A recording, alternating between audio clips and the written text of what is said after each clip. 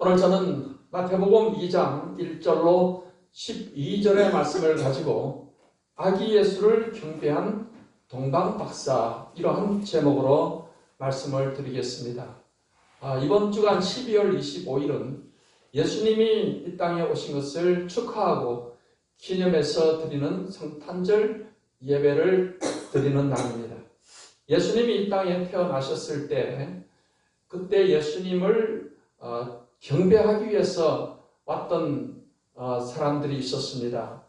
베들레헴의 목자들이 천사들의 소식을 따라서 와서 아기 예수께 경배를 했고, 또 동방에서 박사들이 와서 아기 예수를 경배를 했습니다. 그래서 오늘 본문의 말씀은 동방의 박사들이 와서 아기 예수를 경배하는 이러한 내용의 말씀입니다. 이제 우리들도 이제 성탄절을 맞이해서 이 세상에 구원자로 오신 하나님의 아들 예수님을 우리가 맞이하고 또 축하하고 기념하여 이 성탄절 예배를 드리게 되는데, 오늘 저는 이 동방 박사들이 아기 예수를 경배한 그 모습을 통해서 우리가 어떠한 마음으로, 어떠한 자세로 우리 예수님을, 하나님을 우리가 예배하고 경배할 것인가에 대해서 말씀해 드림으로 함께 은혜를 나누고자 합니다. 이제 오늘 본문 말씀에 보면은 동방에서 박사들이 예루살렘으로 왔다고 했습니다. 이 동방의 박사들은 성경학자들의 말로 페르시아에서 별을 연구하는 그런 박사들로 알려지고 있습니다. 이들이 별을 연구하는 가운데 유난히 밝은 빛을 내는 별이 나타나서 움직이는 것을 보게 된 것입니다. 그래서 그들은 아마 성경에 예언된 그 메시아, 이 왕으로 오시는 그분이 오시는가 보다, 이런 생각을 가지고 왕으로 오실 분을 우리가 가서 경배해야 되겠다, 이런 마음을 가지고 이제 먼 길을 떠나게 된 것입니다. 당시 동방이라고 하면은 요단강 건너서 그 동쪽 지역을 동방이라고 불렀습니다. 그래서 주로 지금으로 말하면 이라크, 이란 지역, 성경시대로 말하면은 이제 페르시아 지역이라고 볼 수 있는 것입니다. 거기서 베들레헴까지 오는 길은 너무나 먼 길입니다. 그래서 낙타를 타고 이렇게 맨날 며칠을 걸려서 와야 되는 그 먼 길인데, 그들이 그 아기 예수를, 메시아를 경배하겠다는 그런 마음을 가지고서 그들은 길을 떠났던 것입니다. 그래서 그들은 와서 먼저 예루살렘을 들렀습니다. 왜냐하면 왕으로 오시는 분이니까 당연히 왕궁에서 태어났거니 하고 생각을 했던 것입니다. 그래서 왕궁에 가서, 당시에 왕은 헤로드 왕입니다. 당시 로마가 세계를 지배할 때인데, 이 로마가 세계를 지배하면서 어떤 지역에는 황제 밑에 왕을 세워줍니다. 마음에 드는 사람이 있으면 네가 왕을 해라. 또 어떤 지역은 총독을 세워서 로마가 직접 통치를 하는 지역이 있습니다. 예루살렘 같은 데는 총독이 다스렸어요. 그리고 그러나 이제 유대나 갈릴리 이 지역은 또 왕이 다스렸는데, 이때 왕은 헤로드 왕입니다. 유대 사람은 아니에요. 에돔 사람인데, 이 사람이 왕을 해서 지금 장기 집권하고 있어요. 40년 이상을 왕으로서 있는 사람입니다. 그런 사람인데 왕으로 태어난 분을 경배하러 왔다고 하니까 헤로드 왕이 깜짝 놀란 것입니다. 이 왕은 굉장히 포악한 왕입니다. 자기 왕위를 유지하기 위해서 방해되는 사람이라면은 가족, 형제모 다 죽입니다. 이런 왕이었는데, 왕이 태어났다고 하니까 자기가 왕인데, 자기 죽으면 자기 아들이 또 왕이 돼야 되는데 위험을 느끼게 된 것입니다. 그러나 그것을 싹 마음을 감추고 박사들을 불러가지고서 성경 박사들을 불렀어요. 성경을 잘 아는 사람들을 불러가지고서 이 왕이 태어났다고 하는데 성경에는 어디에서 태어나는 걸로 예언되는지 알아봐라 그랬습니다. 그래서 예루살렘이 막 소동이 일어났어요. 성경에 예언된 왕이라면 메시아인데 메시아가 왔으면 누구보다도 앞장서서 그 예수님을 경배하려고 해야 되는데 이때 종교 지도자들은 그런 마음이 없었던 것입니다. 그래서 어쨌든 왕이 지시를 하니까 그들이 와서 예수님이 어디서 태어날 것인가에 대해서 성경 말씀을 가지고 이렇게 이야기를 합니다. 선지자가 이렇게 기록을 했는데 유대 땅 베들레헴아 너는 유대 고을 중에서 가장 작지 아니하도다. 내게서 한 다스리는 자가 나와서 내 백성 이스라엘의 목자가 되리라 하였음이니이다 했습니다. 그래서 베들레헴에서 다스리는 자가 온다고 예언되어 있습니다. 미가서 5장 2절에 예언된 말씀을 가지고서 베들레헴이라고 말을 했습니다. 그래서 왕이 박사들을 불러가지고서 별이 언제부터 나타났냐 이런 걸 물어보고는 베들레헴에서 태어났다고 하니까 자 베들레헴에 가서 그 왕이 태어난 것을 보거든 경배하고 나한테 와서 그 어느 곳에 태어났다는 것을 나한테 다 이야기하고 가라. 그러면 나도 가서 그 왕에게 경배를 하겠다 그랬어요. 이것은 새빨간 거짓말입니다. 왕이 이렇게 말을 하는 것은 그 아기를 죽이려고 이렇게 말을 했던 것입니다. 그래서 이제 박사들은 그렇게 하겠다 그러고는 왕궁에서 나와서 이제 베들레헴으로 가게 되었는데 별이 또 나타난 거예요. 이제 저녁 밤 되면 별이 나타나잖아요. 자기들은 무조건 하고 왕이니까 예루살렘에서 태어나겠거니 하고 왕궁을 찾아갔는데 그건 잘못한 거죠. 또 별이 나타났어요. 그래서 또 그 별 따라서 가게 되었습니다. 그래서 그 별이 베들레헴에 갔는데 그 아기가 태어난 예수님이 태어난 곳을 딱 비춰주는 것입니다. 그래서 집에 들어가서 보니까 마리아가 있고 또 아기 예수가 있는데 이들이 이제 가지고 온 보물들, 예물을 다 꺼냅니다. 한 사람은 황금을 꺼냅니다. 한 사람은 유향을 꺼냅니다. 또 한 사람은 모략을 꺼냅니다. 다 아주 값비싼 예물이에요. 이것을 아기 예수님께 다 드리면서 절을 하고 아기 예수를 경배를 하게 된 것입니다. 그리고는 이제 숙소에 가서 잠을 자고 내일이면 이제 헤로당을 찾아가서 우리가 그분을 만났습니다. 우리가 경배했습니다. 이렇게 가서 보고하고 그리고 이제 고향으로 가야 되겠다. 이런 생각을 가지고 잠을 들었는데 꿈에 하나님께서 이 박사들에게 너희들은 헤롯에게 가지 말고 다른 길로 고향으로 가라. 그렇게 하나님이 말씀을 하신 것입니다. 그래서 오늘 아침에 일어나서 하나님께서 이렇게 꿈에 말씀하셨는데 우리가 하나님 말씀대로 해야지. 그래서 왕이 모르게 살짝 다른 길로 해서 고향으로 돌아가게 된 겁니다. 나중에 헤롯 왕이 그 말을 다 전해 들었습니다. 박사들이 몰래 자기 나라로 갔습니다. 헤롯 왕이 그래? 그러면은 그 베들레헴의 아기들 가운데 2살 아래 되는 남자 아기는 다 죽여라. 그래서 이 2살 아래 아기들이 다 처형을 다 학살당합니다. 그런 일이 있어요. 그러나 이제 요셉과 마리아는 그 전에 하나님께서 이 아기 예수를 데리고 애굽으로 피하라 그랬어요. 그래서 학살하기 전에 피해서 애굽으로 간 거예요.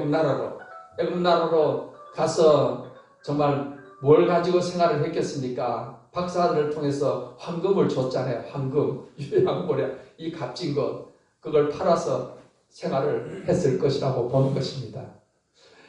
여러분 이렇게 오늘 동방 박사들이 와서 이렇게 아기 예수를 경배를 한 것은 오늘날 우리들도 정말 우리 예수님을 우리가 경배해야 되죠. 오늘 하나님 믿는다 하면서도 예수님을 하나님으로 인정하지 않고 하나님으로 예배하지 않는 그런 사람들도 많이 있습니다.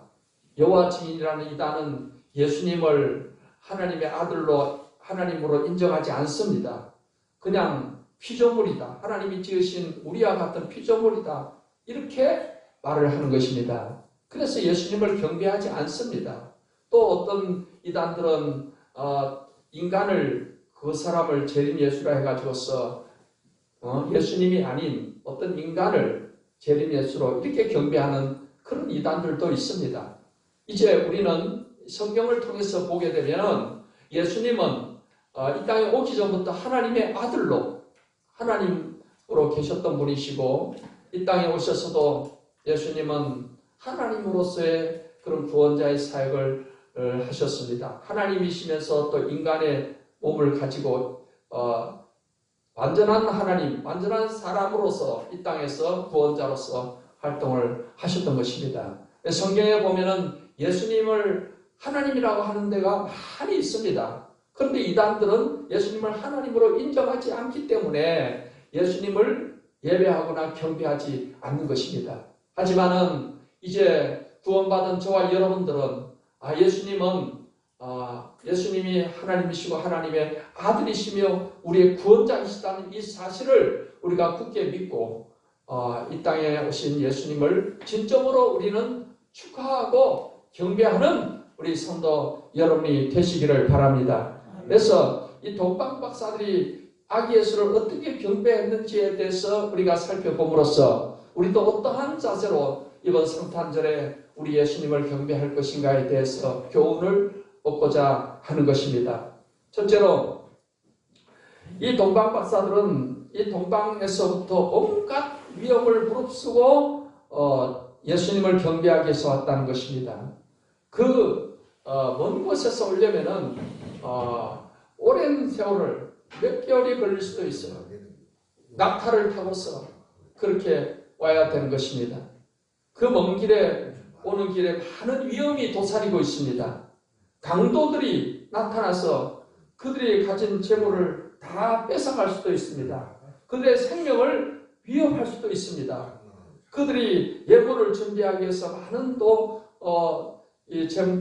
하는 돈을 가지고서 그 예물을 또 준비를 해야 됐던 것입니다.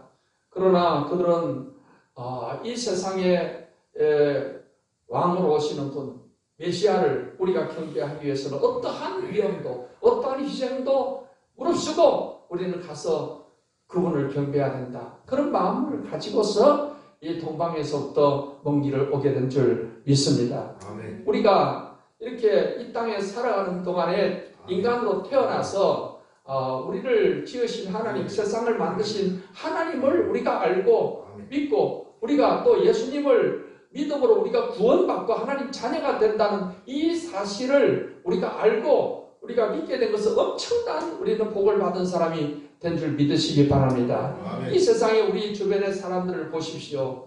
사람이 어디에서 와서 무엇 때문에 살다가 어디로 가는지 모르고 그냥 살아가는 사람들이 얼마나 많습니까? 우리는 분명히 압니다. 이 세상을 지으신 분은 하나님이시다. 우리에게 생명을 주신 분도 하나님이시다. 그러나 우리 조상 아담과 하와가 하나님을 떠나서 타락해서 죄인이 되었지만은 이러한 우리를 구원해 주시기 위해서 하나님께서 아들 독생자 예수님을 이 세상에 보내주셔서 우리의 죄를 대신해서 십자가에서 죽으시고 3일 만에 부활하심으로 예수님을 믿는 사람들의 죄를 다 용서해 주시고 예수 믿음으로 하나님의 자녀가 되게 해주시고 하늘나라에 가게 해주셨으니까 이것이 얼마나 우리가 감사한 일입니까?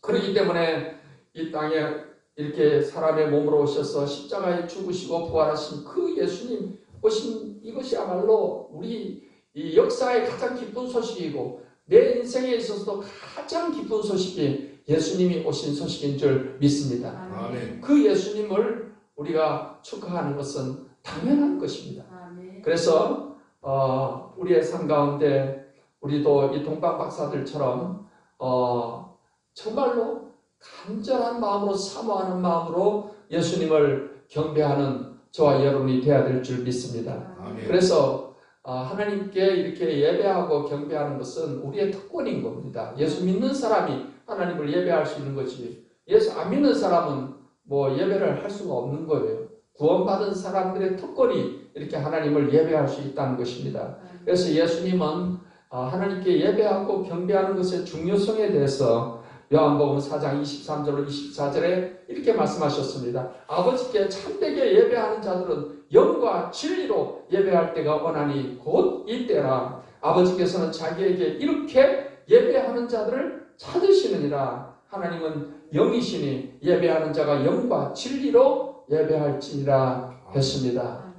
예수님께서는 그 사마리아 수가성 여인에게 이 예배에 대한 말씀을 가르쳐 주신 것입니다. 당시 사마리아 수가성 여인은 예배에 대한 간절함이 있었지만은 어디서 예배를 드려야 되는지, 어떻게 예배를 드려야 하는지 잘 몰랐어요.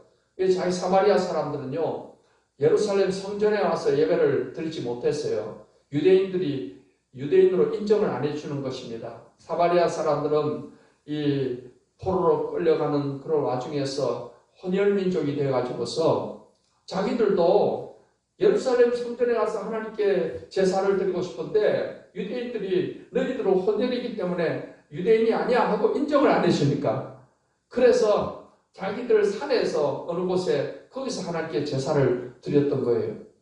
그러나 유대인들은 예루살렘 성전에서 제사를 드리지 않습니까? 그래서 예수님께 물었던 거예요. 우리들은 이 산에서 예배를 드린다 하고 유대인들은 예루살렘에서 예배를 드린다 하는데 어디서 예배를 드려야 됩니까? 그때 예수님께서 이 산에서도 말고 예루살렘에서도 말고 아버지께 예배할 영과 진리로 예배할 때가 온다라고 말씀을 하신 것입니다. 영과 진리로 예배한다는 것은 예루살렘 성전에서 드리는 것은 짐승을 잡아서 제사를 드리는 것입니다. 그게 구약의 예배 방법이에요. 그러나 예수님은 자기 몸을 제물로 해서 십자가에서 우리를 위해 제사를 드려주신 거예요. 그 한 번의 제사로 영원한 속죄를 다 이루신 것입니다. 그래서 더 이상 이제는 구약처럼 우리가 양이나 소를 잡아서 하나님께 제사 드릴 필요가 없게 된 것입니다. 이제 예수님 이후에는 우리가 이제는 영과 진리로 예배를 하게 된 것입니다. 영과 진리로 예배한다는 것은 영은 하나님의 성령이 임하는 예배, 영적인 예배가 되어야 된다는 것이고, 또 진리는 예수님이 진리고 성경 말씀이 진리입니다. 예수님이 중심이 되고 성경 말씀이 선포되는 그 예배가 바로 영과 진리의 예배가 된다는 것이고, 그런 예배하는 자를 하나님이 찾으신다는 거예요. 이렇게 찾으시는 이유는 그런 예배자에게 복을 주시려고. 그렇기 때문에 우리가 이렇게 예수님을 믿고 나서 정말 예배의 성공자가 되어야 됩니다. 예배는 그냥 와서 목사님 뭐 강연이나 듣고 뭐 헌금 좀 드리고 가는 그런 게 예배가 아니고, 내가 하나님 앞에 내 모든 마음을 드리는 것이고 내 정성을 하나님께 드리는 시간이 바로 예배 시간인 것입니다. 그래서 이 동방 박사들이 예수님을 경배한 그런 마음을 가지고 우리가 하나님 앞에 예배하는 것에 어떤 좀 어려움이 있고 희생이 따르더라도 예배를 최우선으로 하고 중요시하는 그런 신앙이 되어야 될 줄 믿습니다. 요즘 사람들이 바쁘다 보니까 내가 사업이 바빠서 내 집안일이 바빠서 예배를 등한히 하는 사람들이 많이 있어요. 그러면 안 되고 먼저 하나님 앞에 예배하는 게 첫째, 우리가 우선순위, 최우선순위가 되어야 될 줄 믿습니다. 아멘. 예수님은 너희는 먼저 그의 나라와 그의 의를 구하라. 그리하면 이 모든 것을 내게 더하시리라고 했어요. 아멘. 우리가 이 땅에 살면서 먹고 입고 마시고 우리 삶의 모든 그런 일들이 있지 않습니까? 그보다도 우리가 먼저 구해야 되는 것이 하나님 나라 그의 의, 즉 하나님을 예배하는 것이다 하는 것입니다. 모든 일에는 우선순위가 있습니다. 우리가 옷을 입을 때도 첫 단추를 잘못 끼면 나머지 단추가 다 엇갈리는 것입니다. 근데 첫 단추부터 바르게 딱 해야 되는데 우리의 삶에 있어서 첫 단추가 뭐냐? 하나님을 먼저 예배하는 것입니다. 그러면 나머지 삶에 하나님께서 복을 주셔서 하나님의 은혜와 복이 넘치는 그런 삶을 살아가게 되는 줄 믿습니다. 아멘. 그래서 이렇게 우리가 예배를 드리는데 하나님 앞에 나올 때마다 사모하는 마음을 가져야 됩니다. 사모하는 마음. 시편 107편 9절에 그가 사모하는 영혼에게 만족을 주시며 주님 영혼에게 좋은 것으로 채워주심이로다 하십니다. 이 동방 박사들이요, 그 예수님을 경배한다는 것이 얼마나 사모했으면 그렇게 먼 길을 희생을 하면서 그렇게 왔겠습니까? 예수님을 만나고 가는 그들의 발걸음이 얼마나 기쁘겠습니까?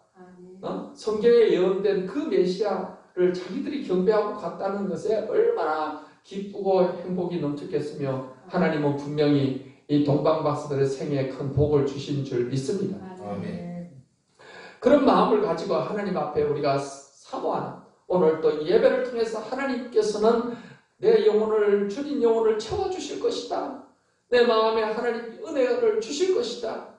하나님 하늘의 기쁨과 평강을 주실 것이다. 그 간절한 마음을 가지고 사모하는 마음을 가지고 오게 되면 우리가 드리는 예배를 하나님이 기뻐 받으시고 그 다음에 하나님께서는 우리에게 이러한 은혜와 복을 내려주시게 되는 것입니다. 아멘. 그래서 여러분 정말 이 동방박사들처럼 하나님을 예배하고 경배하는 그 일에 다 성공자가 되어서 하나님께 큰 복을 받는 삶이 되시기를 예수님의 이름으로 축원합니다. 아멘. 두 번째로 이 동방박사들은 아기 예수를 경배하러 올 때 귀한 예물을 가지고 왔다는 것입니다. 그 예물은 황금과 유향과 모략을 가지고 왔습니다. 이 세 가지 예물을 가지고 온 것으로 보면은 성경에는 몇 사람인지 나오지 않지만은 우리가 볼 때 동방박사들 세 사람이 오지 않았을까 이렇게 보는 것입니다. 각자가 자기가 메시아에게 유대인의 왕으로 나신 왕에게 나는 이 예물을 드려야 되겠다. 그런 마음을 가지고서 예물을 준비했을 것입니다. 첫 번째 예물은 황금인데요. 황금은 주로 왕에게 드리는 예물이 주로 황금입니다. 유대인의 왕으로 세상의 메시아로 오시는 분이시니까 왕에게 드리는 예물을 황금을 드리는 것입니다. 또 유향이라는 것은 당시에 굉장히 또 이것도 값비싼 예물인데 우선 주로 제사를 드릴 때 제사장들이 이 성소에서 하나님께 향을 피워 드리는 거 향. 그래서 예수님이 제사장적인 사명을 가지고 오셨습니다. 그런 의미를 가지고 있다고 할 수가 있고 또 모략이라는 것은 사람이 죽으면은 염할 때 그 시체에 바르는 게 모략입니다. 염할 때.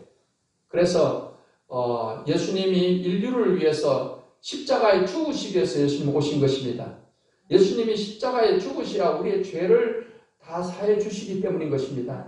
그래서 이 모략의 예물은 예수님이 인류를 위해서 우리 죄를 대신해서 죽으실 분이시다. 우리의 구세주시다라는 그런 의미로 이 예물을 하나님께 드리게 된 줄 믿습니다. 이제 하나님께서는 이렇게 이 박사들이 드리는 예물을 분명히 귀하게 받으셨을 줄 압니다. 우리가 하나님 앞에 나와서 우리가 또 예물을 이렇게 드리기도 합니다.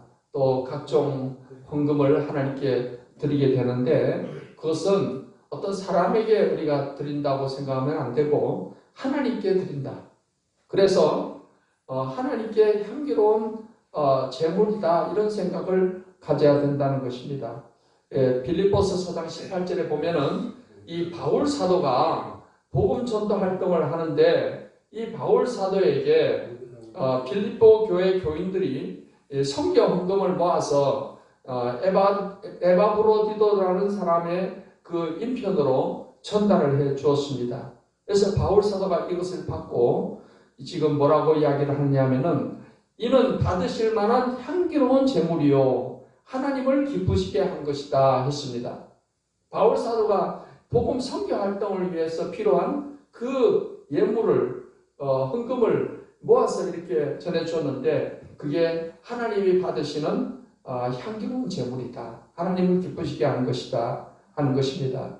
그래서 여러분들께서 이제 하나님 앞에 나올 때 이렇게 하나님 앞에 또 헌금도 드리고 하는 건데 그걸 우리가 드릴 때 어떤 마음가짐을 가지고 드려야 될 것이냐 거기에 대해서 성경 고린도후서 9장 6절로 8절에서는 이렇게 말씀하고 있습니다. 이것이 곧 적게 심는 자는 적게 거두고 많이 심는 자는 많이 거둔다 하는 말이로다. 각각 그 마음에 정한 대로 할 것이요 인색함으로나 억지로 하지 말지니 하나님은 즐겨내는 자를 사랑하시느니라. 하나님이 능히 모든 은혜를 너에게 넘치게 하시나니 이는 너희로 모든 일에 항상 모든 것이 넉넉하여 모든 착한 일을 넘치게 하게 하려 하심이라고 말씀을 하고 있습니다. 그래서 이 고린도후서에서는 하나님께 헌금을 드리는 그 자세에 대해서 이렇게 기록을 하고 있고, 헌금 드리는 것은 마치 심는 것으로 비유적으로 표현하고 있습니다.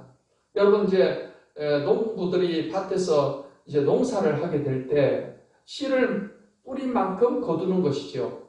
씨를 많이 뿌리면 많이 거두고 조금 뿌리면 조금 거두고 그런 거와 같다는 것입니다. 우리가 하나님 앞에 예물을 드리는 것이 내가 정말 내가 심은 대로 하나님 거두게 해주신다. 그런 믿음을 가지고 이제 드려야 되는 것이고, 그 다음에 이제 드리는 사람 마음에 즐거운 마음으로 드리는 것을 하나님 받으신다는 것입니다. 그래서 인색함으로나 억지로 하지 말라는 거예요. 우리의 마음에 전혀 하나님께 드리고 싶은 마음이 없는데 억지로 이렇게 하게 되면은 하나님이 받지 않습니다. 내 마음에 정말 하나님께서 나를 구원해 주신 거에 정말 감사한 마음에서 내가 마음에 정한 대로 하나님 앞에 드리되 구원의 은혜 정말 감사하는 마음으로 즐거운 마음으로 드릴 때 하나님께서 그것을 기뻐 받으시고 사랑하시는 것임을 믿으시기 바랍니다. 그래서 저 남미의 어느 나라들은 하나님 앞에 헌금하는 시간에 막 춤을 추면서 드린다는 거예요. 왜냐하면 즐겁게 내는 것을 하나님 받으신다고 하니까 그런 교회들이 있습니다.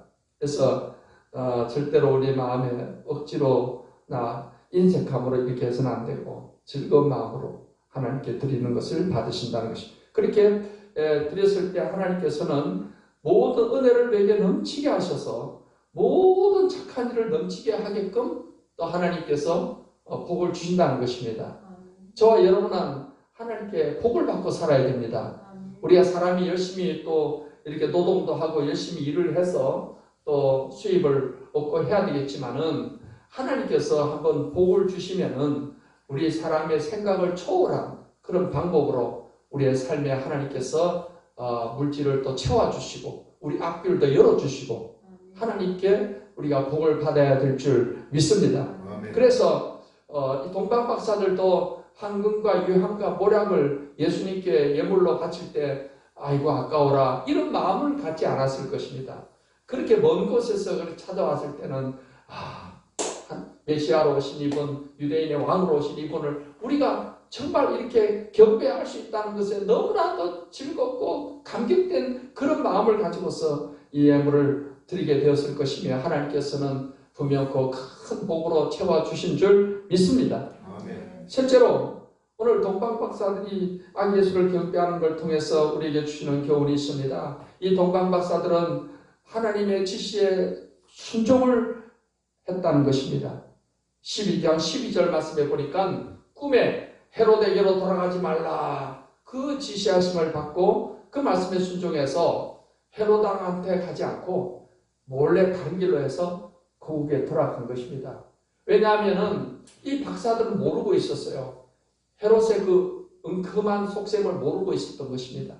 하나님은 다 아시죠. 그러니까 하나님께서는 그렇게 지시를 했고 또 이 박사들은 하나님이 지시한 대로 그대로 순종을 했다는 것입니다. 여러분 우리가 하나님께 예배하는 것도 중요하지만은 사실 그보다 더 중요한 것은 하나님 말씀대로 이 땅에서 순종하며 사는 삶을 하나님은 또 중요시 여기신다는 사실을 잊지 말아야 됩니다. 살아가는 건 내 멋대로 세상에 죄를 짓고 자기 마음대로 살아가면서 교회 와서는 하나님 전혀 반성하는 마음도 없고 회개하는 마음도 없이 거룩 이렇게 노래를 하면 하나님께서 그 예배를 안 받으십니다. 외식한다라고 하시는 가식적인 예배는 하나님 받지 않는 것입니다. 중요한 것은 우리가 예배를 통해서 정말 하나님 뜻대로 살고자 이렇게 마음이 결단을 했으면은 이제 우리 삶도 그렇게 같이 가야 된다는 것이죠. 우리의 삶 속에서 하나님께 순종함이 이루어져야 될 줄 믿습니다. 구약에 보면은 사울왕이라는 왕이 있었습니다. 이스라엘의 첫 번째 왕인데 하나님께서 이 사울왕을 왕으로 세워줬습니다. 그런데 사울이 왕이 되고 난 뒤에는 교만해가지고서 하나님 말씀대로 안 하는 거예요. 한 번은 하나님께서 아말렉을 쳐서 다 죽여라 했어요. 가축도 살리지 말고 다 죽여라 했어요. 그런데 사울이 지멋대로 왕도 살려두고 가축도 막 살려주고 그렇게 한 겁니다. 그래 하나님께서 너무나 마음이 안 좋으셨어요. 그래서 사무엘 선지자한테 사울이 내 말대로 저렇게 하지 않는다. 네가 가서 경고해라. 그래서 사무엘 선지자가 사울왕을 찾아가서 말했어요. 왕이시여, 왜 저 아말렉 왕을 죽이지 않고 저렇게 잡아왔습니까? 죽이라고 했잖아요. 또 왜 저 가축들의 소리는 뭡니까? 가축까지 다 죽이라고 했잖아요. 근데 이 사울이 사무엘 선지자한테 그 말을 들었으면요, 아이구나, 내가 말씀대로 안 했구나 하고 회개하면 살 길이 열리죠. 그런데 사울왕은 오히려 변명하기에 급급했습니다. 아이 선지자님, 그 양들 죽이기가 아깝잖아요. 하나님께 제사 드릴 때 쓰면 되잖아요. 하나님께 예배할 때 쓰면 된다는 거죠. 그 말을 듣고 사무엘 선지자가 이렇게 말을 했습니다. 여호와께서 번제와 다른 제사를 그의 목소리를 청종하는 것을 좋아하신 같이 좋아하시겠나이까? 순종이 제사보다 낫고 듣는 것이 수양의 기름보다 나으니. 그러면서 왕이 하나님 말씀을 순종하지 않았으므로 하나님도 왕을 폐하여 왕이 되지 못하게 하셨나이다. 그러십니다.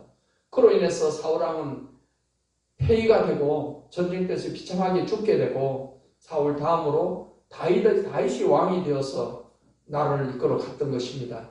여기 오늘 이 말씀에 보면은 순종이 제사보다 낫다는 거예요. 제사는 예배잖아요.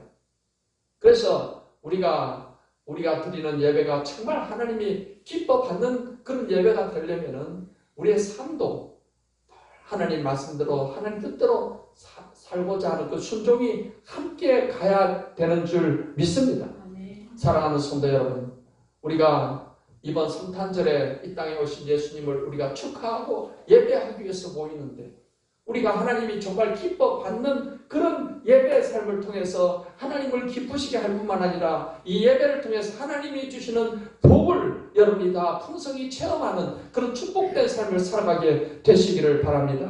동방박사들 같이 그런 사모하는 마음을 가지고 또 기쁘게 드리는 예물을 가지고 그리고 또 하나님 말씀대로 순종하는 그런 자세를 가지고서 여러분 하나님을 예배하는 우리 성도 여러분 되셔서 하나님이 주시는 큰 은혜와 복을 받아 승리하시기를 예수님의 이름으로 축원합니다. 아멘.